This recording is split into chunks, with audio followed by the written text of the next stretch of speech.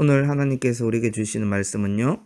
창세기 41장 1절에서부터 16절까지 말씀입니다. 만 2년 후에 바로가 꿈을 꾼즉 자기가 나일 강가에 서 있는데 보니 아름답고 살찐 7 암소가 강가에서 올라와 길밭에서 뜯어먹고 그 뒤에 또 흉하고 파리한 다른 7 암소가 나일 강가에 올라와 그 소와 함께 나일 강가에 서 있더니 그 흉하고 파리한 소가 그 아름답고 살찐 7 소를 먹은지라. 바로가 곧 깨었다가 다시 잠이 들어 꿈을 꾸니 한 줄기가 무성하고 충실한 7 이삭이 나오고 그 후에 또 가늘고 동풍에 마른 7 이삭이 나오더니 그 가는 7 이삭이 무성하고 충실한 7 이삭을 삼킨지라. 바로가 깬즉 꿈이라. 아침에 그의 마음이 번민하여 사람을 보내어 애굽의 점술가와 현인들을 모두 불러 그들에게 그의 꿈을 말하였으나 그것을 바로에게 해석하는 자가 없었더라. 술 맡은 가늠장이 바로에게 말하여 이르되 내가 오늘 내 죄를 기억하나이다. 바로께서 종들에게 놓아사 나와 떡 굽는 가늠장을 친위대장의 집에 가두었을 때에 나와 그가 하룻밤에 꿈을 꾼즉 각기 뜻이 있는 꿈이라. 그곳에 친위대장의 종된 히브리 청년이 우리와 함께 있기로 우리가 그에게 말하며 그가 우리의 꿈을 풀되 그 꿈대로 각 사람에게 해석하더니 그 해석한 대로 되어 나는 복직되고 그는 매달렸나이다. 이에 바로가 사람을 보내어 요셉을 부르매 그들이 급히 그를 옥에서 내놓은지라. 요셉이 곧 수염을 깎고 그의 옷을 갈아입고 바로에게 들어가니 바로가 요셉에게 이르되 내가 한 꿈을 꾸었으나 그것을 해석하는 자가 없더니 들은즉 너는 꿈을 들으면 능히 푼다 하더라. 요셉이 바로에게 대답하여 이르되 내가 아니라 하나님께서 바로에게 평안한 대답을 하시리이다. 아멘. 여러분, 우리는 하나님을 정의할 때 무소부재하시고 전지전능하신 분이라고 고백할 때가 있습니다. 또한 온 우주 만물을 주관하시고 다스리시고 통치하시는 분이라고 고백하기도 합니다. 여기서 우리는 하나님이 얼마나 위대하시고 경이로운 분이신지를 보게 되는데요. 왜냐하면 무소부재하다는 것은 모든 시공간의 지배를 받지 않고 어느 곳에서나 하나님이 존재하신다는 의미이고, 전지전능하시다는 것은 어떠한 일을 다 알 수도 있고 어떠한 일을 다 하실 수도 있는 절대자를 말하고 있기 때문입니다. 또한 하나님은 한 나라 한 지구가 아닌 우주 만물을 주관하시고 통치하시기 때문에 우리가 지식으로 하나님을 다 알 수 없지만 굉장히 위대하고 지존하신 분임에는 틀림이 없습니다. 여러분, 오늘 본문에서는 애굽 왕 바로가 등장하지요. 애굽은 당시 최고의 나라였고 그 나라 왕이었던 바로는 무소부위의 권력을 누리던 사람입니다. 그의 말 한마디가 곧 법이 되는 자신이 신처럼 군림하던 자였습니다. 그런데 고작 바로 자신이 꾼 꿈 앞에 번민하여 감정을 컨트롤하지 못하고 있는 거예요.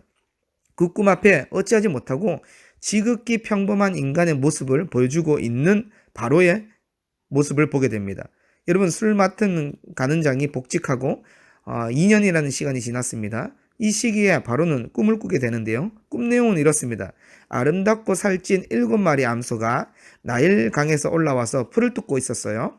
그런데 갑자기 흉측하고 마른 7마리 암소가 강에서 올라와서 아름답고 살찐 소들을 잡아먹는 것이었습니다. 이로 인해 바로는 잠시 잠에서 깨었지요. 그러다가 곧 다시 잠이 들었는데 또 꿈을 꾸게 된 거예요.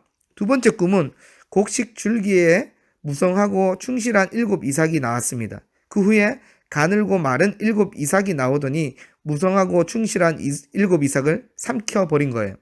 바로 연속으로 이상한 꿈을 2번이나 꾸자 즉시 잠에서 깼습니다. 그리고 아침까지 번민하여 근심이 가득하게 된 것입니다. 여기서 번민하다라고 하는 동사는 원어로 팜이라는 원어가 사용되었습니다. 이 동사는 성경에 5번밖에 사용되지 않은 보기 드문 단어인데요. 그런데 먼저 꿈을 꾸었던 두 가늠장의 번민에 대해서는 동사 자아프가 사용된 바 있습니다. 여러분, 그런데 바로가 가진 번민의 동사 팜은 자아프보다 훨씬 격한 감정에 대한 표현인데요. 즉 지금 바로는 감정을 조절하지 못하고 안절부절하는 상태에 놓여 있는 것이에요. 바로는 당장 이 꿈을 해석하고자 애굽에 유명하다는 점술가와 현인들을 모두 불러내었습니다. 그러나 바로에게 해석하는 자가 한 사람도 없다는 거예요. 그도 그럴 것이 이 꿈의 계시는 완전하신 하나님으로부터 나온 꿈이기 때문에 다른 신을 믿는 점술가가 온전히 해석한다는 것은 말이 되지 않습니다. 여러분, 이를 통해 우리가 알 수 있는 것은 무엇일까요? 아무리 강하고 권력이 센 애굽 나라의 왕이라 할지라도 꿈의 주관자, 역사의 주관자 되시는 하나님 앞에서 그저 불쌍한 한 인간일 뿐이라는 사실이에요. 여러분, 바로는 꿈 때문에 자신의 모든 권력도 감당 못할 근심에 빠져 있습니다. 그 나라에서 제일 지혜롭고 탁월하다던 점술가와 현인들도 마찬가지로 이 꿈 앞에 무기력할 뿐입니다. 그래서 내가 아무리 잘 나가고 내 마음대로 지배하고 통제할 수 있고 나는 아직 힘과 능력과 자원이 있어서 내일 또 안전하게 맞이할 수 있다고 장담하는 것은 너무나 어리석은 인간적인 모습이라는 것입니다. 여러분, 이것은 비단 한 개인의 문제가 아닙니다. 나는 한국이라는 나라, 세계 10대 강국에 속해 있는 나라이기 때문에 그 나라에 있어서 안전하다 말 못하는 거예요.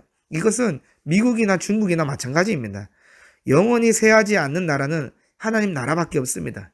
다니엘 말씀처럼 시대를 막론하고 최고의 강대국이라 할지라도 손대지 아니한 돌에 의해서 다 무너졌습니다. 즉, 이 말은 하나님 나라만이 영원히 쇠하지도 무너지지도 않는다는 말입니다. 당연히 역사의 주관자, 꿈의 주관자 되시는 하나님도 절대 무너지지 않는다는 말입니다. 그런데 요셉은 번민하고 근심할 수 있는 여러 상황 속에서도 굳건하게 자신의 자리를 지켰습니다. 왜 그럴까요?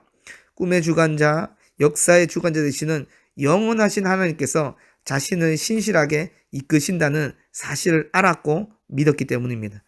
여러분, 이런 상황 속에서 술 맡은 간원장이 요셉을 떠올리는데요. 술 맡은 간원장이 바로에게 뭐라고 말하고 있습니까? 창세기 41장 12절과 13절 말씀인데요. 그곳에 친위 대장의 종된 히브리 청년이 우리와 함께 있기로 우리가 그에게 말하매 그가 우리의 꿈을 풀되 그 꿈대로 각 사람에게 해석하더니 그 해석한 대로 되어 나는 복직이 되고 그는 매달렸나이다. 아멘. 이러한 이야기를 들은 바로는 즉시 요셉을 부릅니다.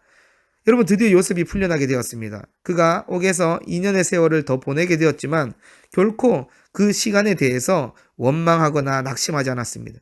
우리는 요셉의 옥중 생활을 억울해서 출소할 날만 기다리며 하루하루를 억지로 견뎌냈다고 생각해서는 안 됩니다. 오히려 그 반대지요. 하나님의 정한 시기와 때를 믿음으로 그저 하루하루를 감사함으로 주어진 일과와 업무를 보냈던 것입니다. 이제 요셉이 바로의 부름을 받아 옥에서 풀려났다면 하나님의 섭리 속에 요셉의 이야기가 펼쳐지는 것입니다. 여러분, 요셉과 대면한 바로가 즉시 요셉에게 묻습니다. 내가 한 꿈을 꾸었는데 그것을 해석하는 자가 한 사람도 없도다. 내가 들은즉 너는 꿈을 들으면 능히 잘 푼다고 하는데 너 정말 꿈을 해석할 능력이 있니? 라고 묻습니다. 그러자 요셉이 뭐라고 고백합니까? 창세기 41장 16절 말씀인데요. 요셉이 바로에게 대답하여 이르되 내가 아니라 하나님께서 바로에게 평안한 대답을 하시리이다. 여러분, 요셉이 왕 앞에 고백합니다. 꿈을 해석할 능력은 내게 있지 않고 하나님께 있습니다. 내가 믿는 하나님께서 왕에게 그 꿈의 뜻을 알려주실 것입니다. 저는 오늘 바로의 질문에 대답하는 요셉의 고백에서 그의 신앙의 진면모를 보게 되는데요. 여러분, 바로가 자신의 꿈을 해석하기 위해서 전국에 내노라 하는 점술가와 현인들을 끌어모아서 자신의 꿈을 해석하라고 했을 때에 바로의 꿈을 해석한다면 점술가와 현인들에게 주어질 상금이 어마어마했을 것입니다. 요셉이 바로의 꿈을 해석한 이후 그가 애굽의 총리가 되었음을 볼 때에 그에 준하는 보상이 주어졌을 것입니다. 그래서 점술가와 현인들은 더욱 자신들의 능력과 지식을 의지했을 것입니다. 자신들이 믿는 신에게 제발 한 번만 자신들에게 능력과 지혜를 달라고 발버둥 쳤을 것입니다. 그런데 요셉은 이들과는 정반대의 모습과 태도를 보이는데요. 꿈을 해석할 능력은 내게 있지 않고 오직 하나님께 있습니다. 라고 고백하는 거예요. 즉, 요셉의 이 고백은 능력과 지혜를 공급해 주시는 분은 오직 역사의 주관자 되시는 하나님이십니다. 라는 고백입니다. 그렇습니다. 여러분, 우리가 신앙생활을 하면서 하나님은 전지전능하신 분이십니다. 하나님은 우주 만물을 통치하시고 다스리시는 분이십니다. 라고 고백합니다. 그런데 눈앞에 보이는 상황과 환경 앞에서 위대하고 크신 하나님의 능력과 지혜를 자랑하기보다는 자신의 능력과 지혜를 자랑하고 드러낼 때가 얼마나 많은지 모릅니다. 여러분, 신앙의 진면모를 어디서 드러날까요? 신앙의 진면모는 어디서 드러날까요? 그것은 요셉처럼 나를 주장하지 않고 오직 하나님만을 주장하고 다스림을 받을 때 드러납니다. 여러분, 나를 주장하지 않고 나의 능력을 의지하면 나를 주장하고 나의 능력을 의지하면 결국은 무너지게 될 것입니다. 우리가 세지 않고 무너지지 않을 수 있는 것은 견고한 망대여 구원의 반석이신 하나님을 바라볼 때입니다. 세하지도 무너지지도 않는 영원한 나라의 주관자이신 하나님 안에 있는 자는 번민과 염려가 아니라 은혜와 평강이 가득 차게 될 것입니다. 그래서 오늘 또 인생의 주인은 내가 아니라 하나님이심을 고백하며 영원토록 신실하게 이끄시는 섭리 속에 살아가는 우리 모든 비전교회 성도분들이 되기를 간절히 소망합니다. 하나님 아버지, 감사합니다. 요셉이 내가 아니라 내게 능력 주시는 이는 하나님이십니다. 이 진실된 고백이 우리의 삶에 있게 도와주셔서 쇠하지도 않고 무너지지 않는 영원한 하나님 나라 안에 우리도 거해서 염려가 아닌 은혜와 평강이 가득 차서 신실하게 이끄시는 그 섭리 속에서 살아가는 우리 모두가 될 수 있도록 인도하여 주시옵소서. 감사드리며 우리 주 예수 그리스도 이름으로 기도드립니다. 아멘.